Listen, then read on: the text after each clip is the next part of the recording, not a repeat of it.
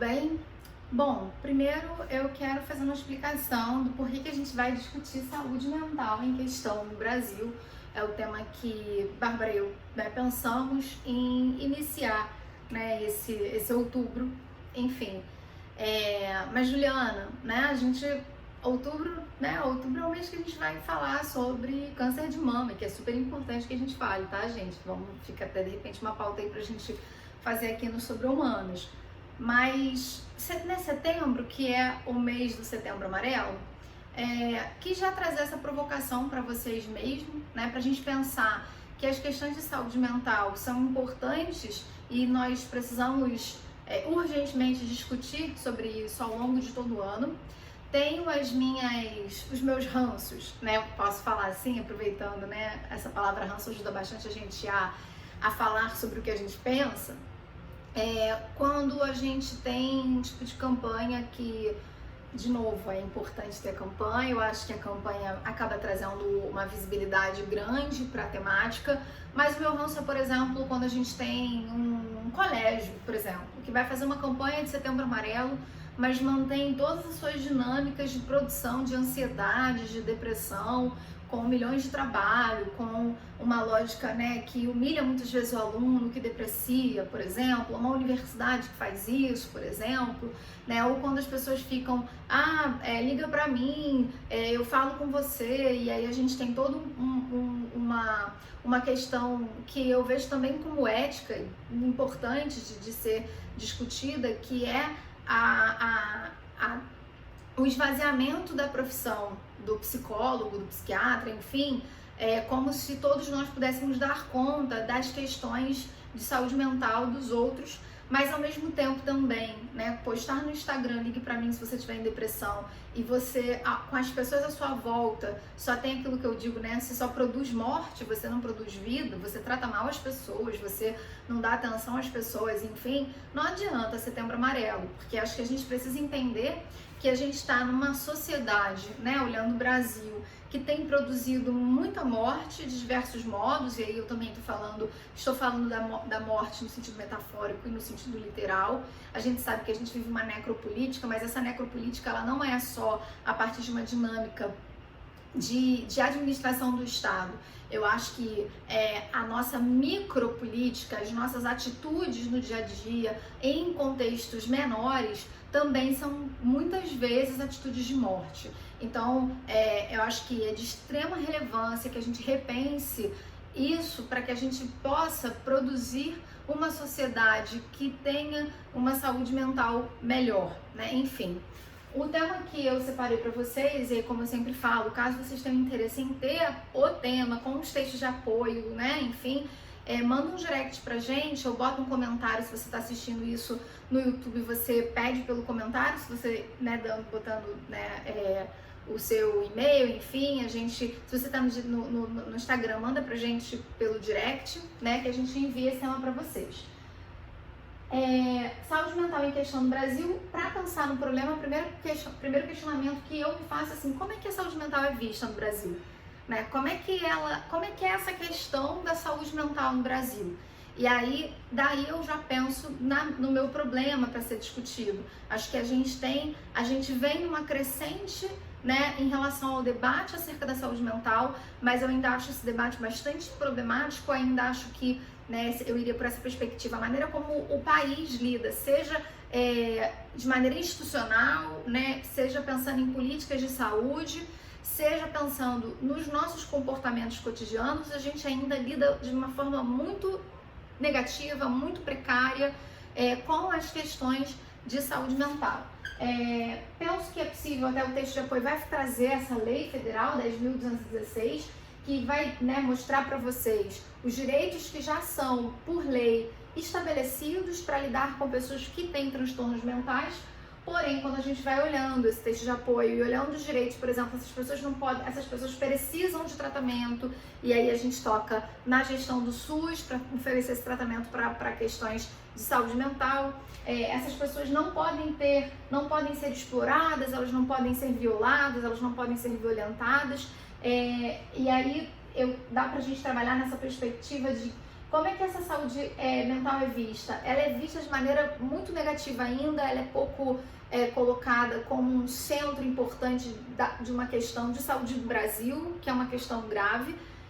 E prova disso é como essas pessoas ainda têm seus direitos sistematicamente violados, né? Nesse período de pandemia, inclusive, acho que vale a gente pensar como é que familiares lidam com as pessoas que têm problemas de saúde mental, como é que tem transtornos, né, e problemas de saúde mental, como estão aqueles que moram sozinhos, né, ou sozinha, como é que estão os idosos, como é que está o grupo pertencente às pessoas do grupo LGBTQIA+, né, enfim, porque são pessoas, inclusive, que vão ter problemas sérios de saúde mental em função de todo o preconceito sofrido, como é que está a população preta, enfim, a população indígena, são pontos que a gente precisa trazer para reflexão em relação à saúde mental.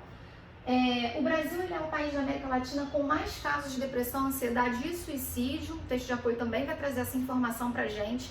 E aí a pergunta que eu coloco aqui é por quê? Aí a gente vai encontrar causas, por exemplo. Não dá para a gente dissociar os problemas de saúde mental dos últimos anos, por exemplo, quando a gente tem crise econômica, crise, né, de empregabilidade, né, a gente está com índice alto de desemprego, flexibilização das leis trabalhistas, precarização da vida, uberização da vida, né, a precarização da vida, a fome, o desemprego, o emprego precário, todas essas questões num estado que se coloca desde 70 mais fortemente, se coloca como um Estado neoliberal, né, cuja razão de governo é neoliberal, enfim, eu sempre costumo apontar isso, né, o neoliberalismo não é um Estado que não está presente, mas é um Estado que age dentro de uma razão neoliberal, né, e vai passar para uma lógica de mercado, oferta de serviços essenciais, por exemplo. É muito válido que a gente reflita a relação de todo esse processo histórico que a gente tem vivido de desigualdade social, de extrema desigualdade social, de precariedade de políticas públicas, dificuldade de acesso a direitos. É importante que a gente associe isso à questão da saúde mental, né?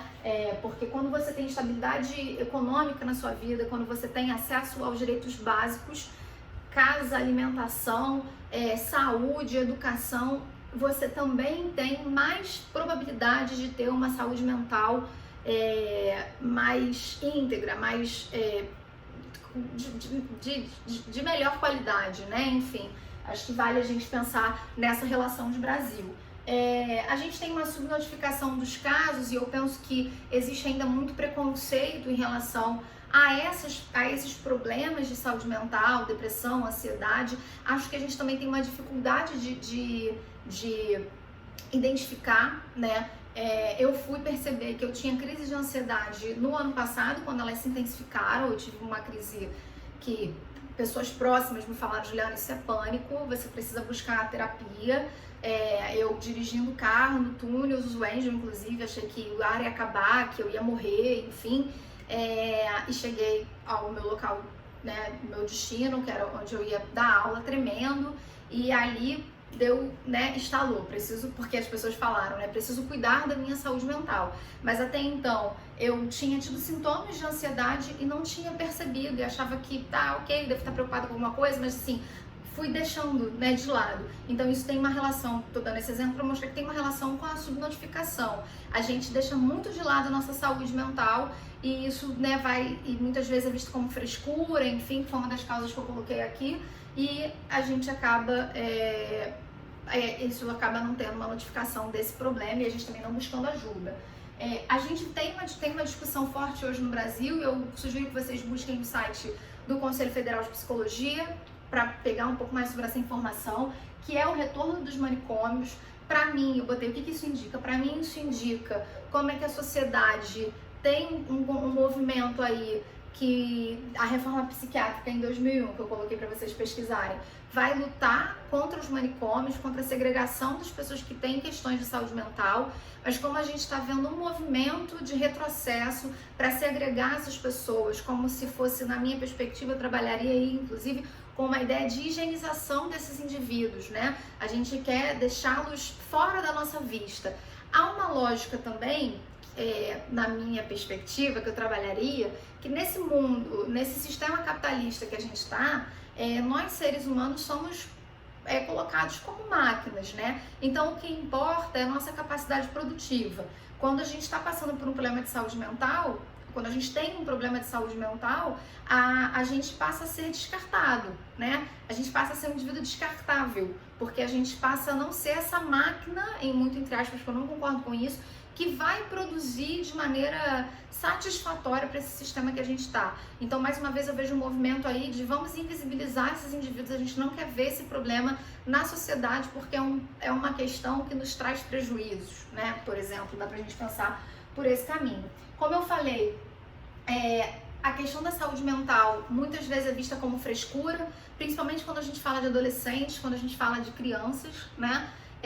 E acho que eu trabalharia também, dá pra gente pensar nessa questão aqui da frescura, tem um recorte de classe, né? A alguns de nós não é dada a oportunidade de cuidar da saúde mental, porque, como eu costumo dizer para minha terapeuta, assim, a vida acontece. Então, a gente acaba, alguns de nós, né, sobretudo em função da classe e da cor, né, é exigido, né, para muitas pessoas brasileiras, há uma exigência muito maior do que para outros.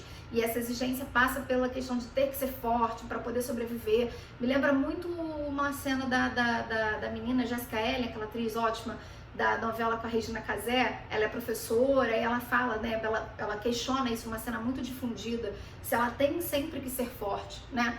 Então essa obrigatoriedade para indivíduos, sobretudo aqueles que são pretos, que são periféricos, os pobres, os racializados, enfim, essa obrigatoriedade da fortaleza, né? Até porque é uma questão de sobrevivência. Então, mesmo que esteja com problemas de saúde mental, isso vai sendo acumulado, porque você tem que trabalhar, porque você tem que colocar comida dentro de casa, porque você tem que sobreviver, porque você não tem condição de pagar uma terapia, porque você não tem condição de parar aquele seu dia de trabalho para ir ao médico, enfim. São todos esses vetores que vão acentuar o problema da saúde mental.